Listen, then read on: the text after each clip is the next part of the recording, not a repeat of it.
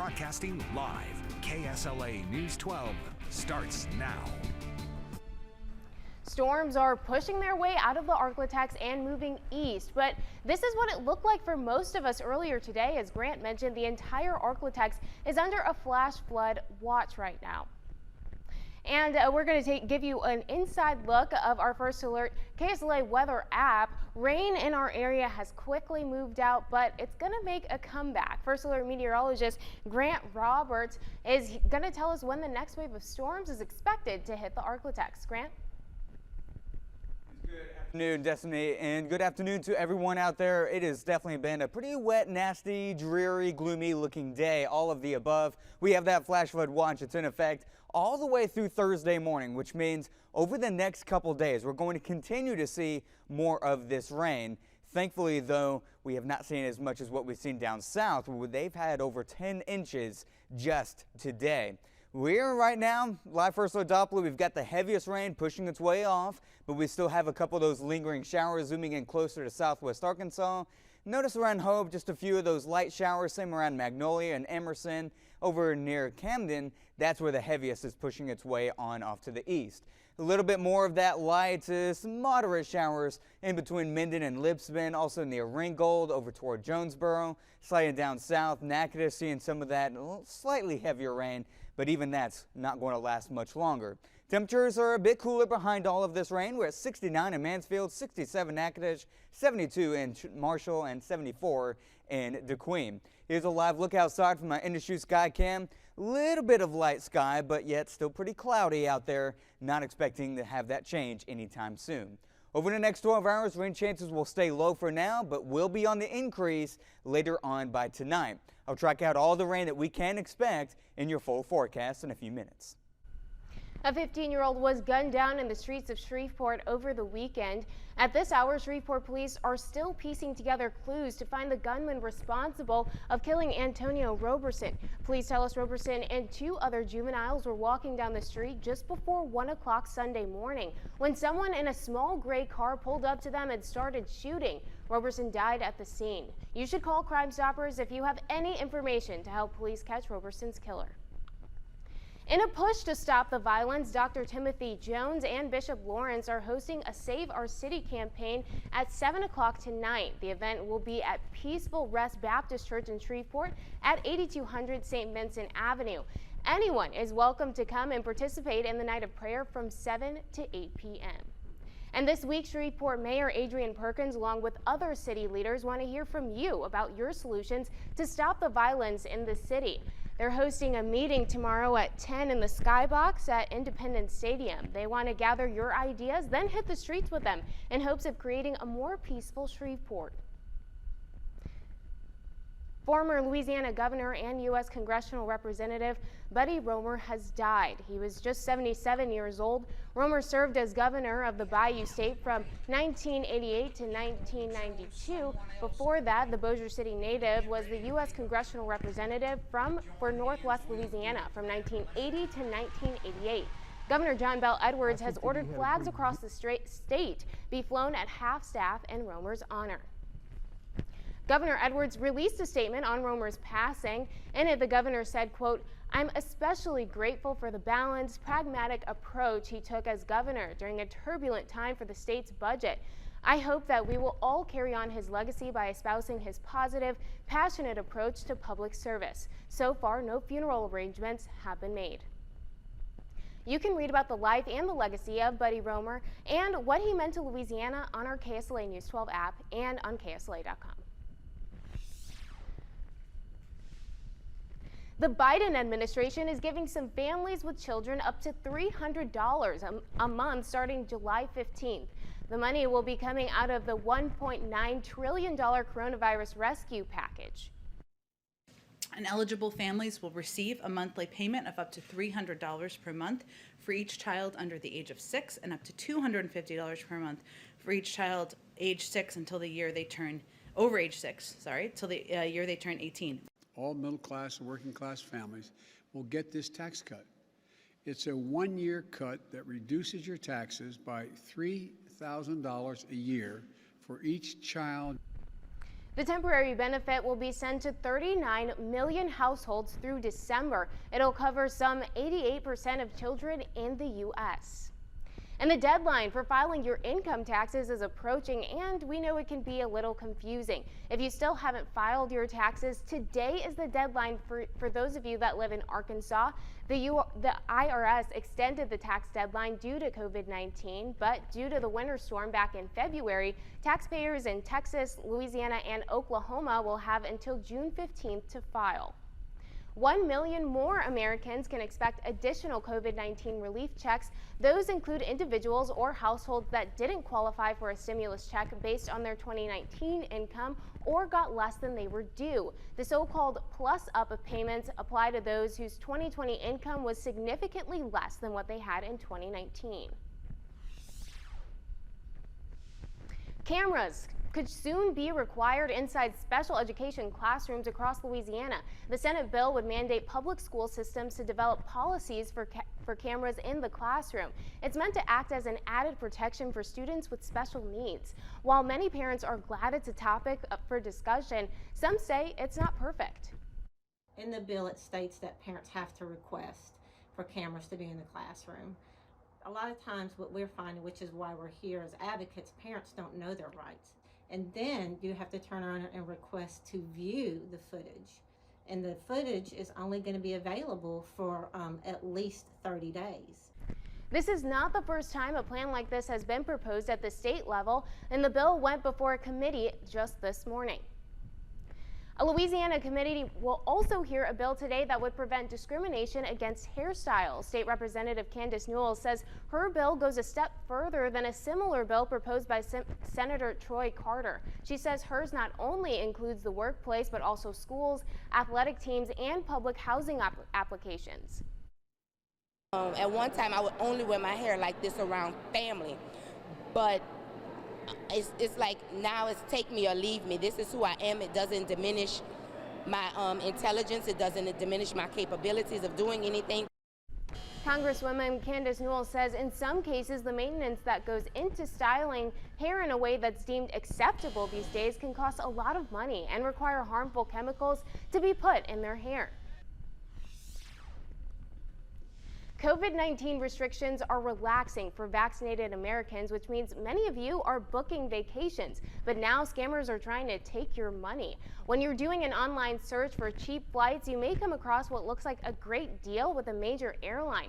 But the BBB says be careful and double check the URL or phone number before giving your credit card information. Scammers will take advantage when you book a flight through a website or call a customer support number. And then when you look at your email, you could find that you never actually got your ticket. When you're scammed by one of these things, you have to write the loss off because you're never going to see the funds. So the main thing the Better Business Bureau wants consumers to know is that you have to take a moment and do your homework. Yes, I know you want to go on vacation.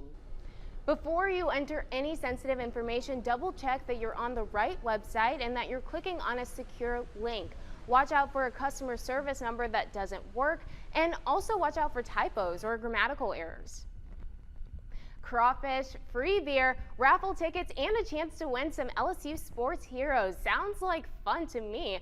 All of this excitement is happening this Saturday at the Caddo Bossier LSU Alumni and Fans Chapter Crawfish Boil. It's a fundraiser event to raise money for scholarships. The event is taking place at East Ridge Country Club at 5 in the afternoon. You don't want to miss it. More details on the event can be found on our KSLA News 12 app. Now, KSLA First Alert Weather with meteorologist Grant Roberts. Good Monday afternoon, everyone. Still tracking quite a bit of rain as we go through just about all of this week, especially for tomorrow and your Wednesday. Up to a 60% chance of rain for both of those days. They are the more likely that we're going to see more of this rain. Starting to wind down a little bit for Thursday and Friday. Only about a 30 to 40% chance of rain, but still a little bit more of that rain hanging around. Saturday, though, we're keying in on some drier weather, only a 10% chance that we'll see just a couple of those showers. All of this is set up with this next weather maker to where it's very unsettled, very active weather pattern to where we're going to get basically this southerly Gulf flow coming from the Gulf of Mexico. So we're going to get a lot of that extra moisture, adding to a lot of the off and on rain and even a few storms, bringing in some heavy downpours and maybe some strong storms at times. So let's break it down a little bit more. When we get some more of these storms that push their way on in, could see some severe weather. Here for the rest of today, we still have a marginal risk, and that's just a level 1 on a scale of 1 to 5. And then for tomorrow, for the most part, marginal once again, but over around in East Texas, we go up to a slight risk that goes up to a level 2, where we could see some stronger storms. And then again for tomorrow, or on Wednesday rather, another marginal risk, and so it's just about everyone we're going to see some of those stronger storms. As they push their way on through, we're mostly looking at some gusty winds and maybe some large hail, but other than that, not expecting any tornadoes, and it's just going to be a lot of heavy rain. In fact, with that heavy rainfall threat, here in the ArkLaTex, we're still in a marginal risk. This is a little different from severe weather necessarily. Marginal is a 1 on a scale of 1 to 4. As we fast forward to tomorrow, we've got this moderate risk, which is a level 3 out of 4, just off to our west, and then we're in a level 2 with the slight risk for much of the ArkLaTex. And then fast forward to Wednesday, we're seeing a lot more of that right on the outskirts of around East Texas, getting into northwest Louisiana. So lots of heavy rain will be likely as we go through Tuesday as well as Wednesday. And that's why we do have this flash flood watch in effect all the way through Thursday morning, when the rain chances will start to go down a good bit. So now let's get right into Future Track. Here we are right now, showing most of the rain off to our east, continuing to move away from us. By midnight tonight, dry for the most part, maybe a brief shower. And then by the time we wake up Tuesday morning, 7 a.m., just a couple of those showers around East Texas. Those will start to build their way up as we head through the afternoon, more of that off and on rain. And then as we go to Tuesday night, notice more of those heavier showers are likely. So it's going to be a good chance that we have a good bit of rain for the next several days. And then when this is all said and done for this week, we're looking to see right around 2 inches up to maybe 6 inches. And it's going to be quite a bit, which could cause some flooding in a few spots.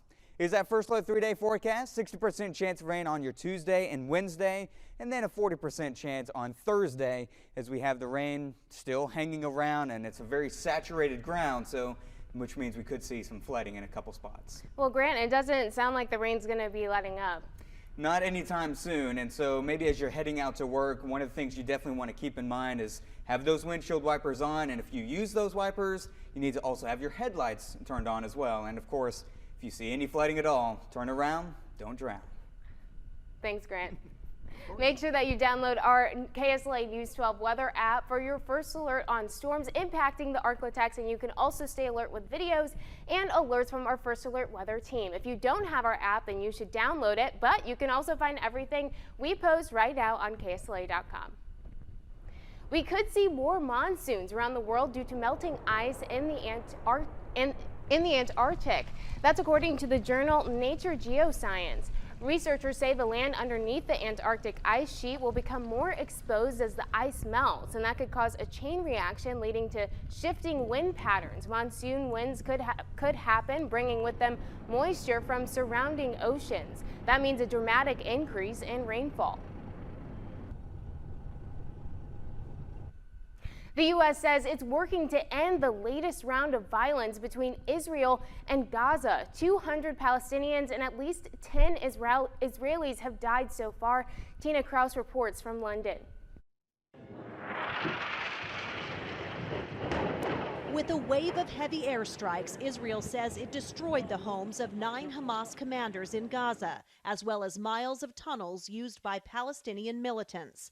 But as the tunnels collapsed, Israel says a house on top came down too.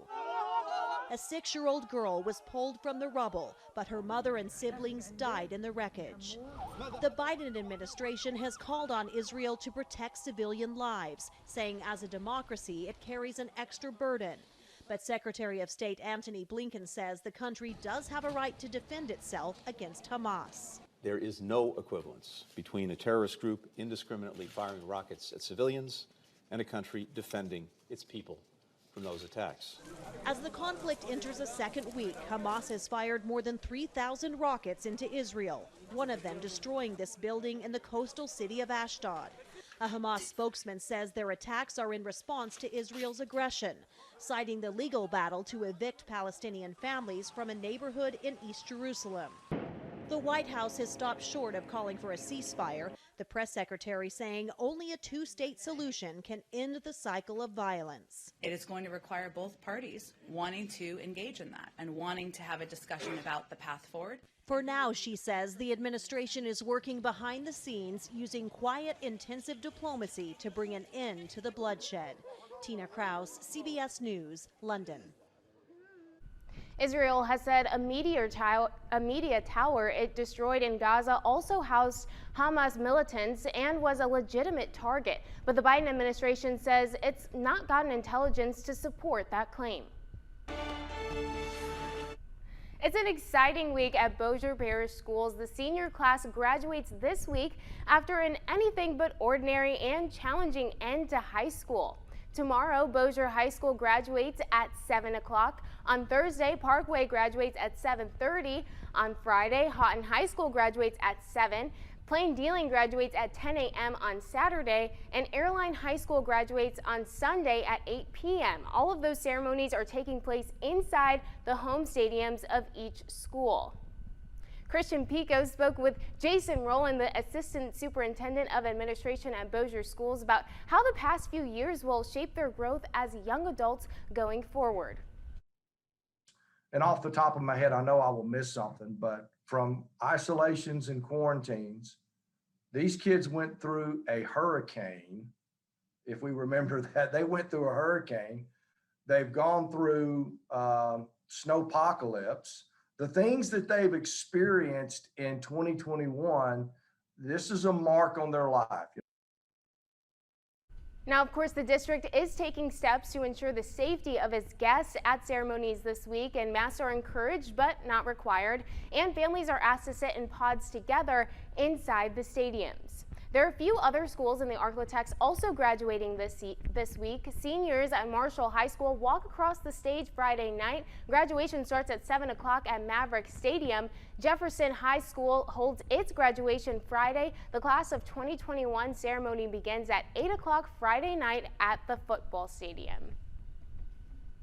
What started as an April Fool's joke in 2020 may be at your favorite alcoholic beverage store this summer. It's the world's first pickle-flavored hard seltzer. It's called Afternoon Delight.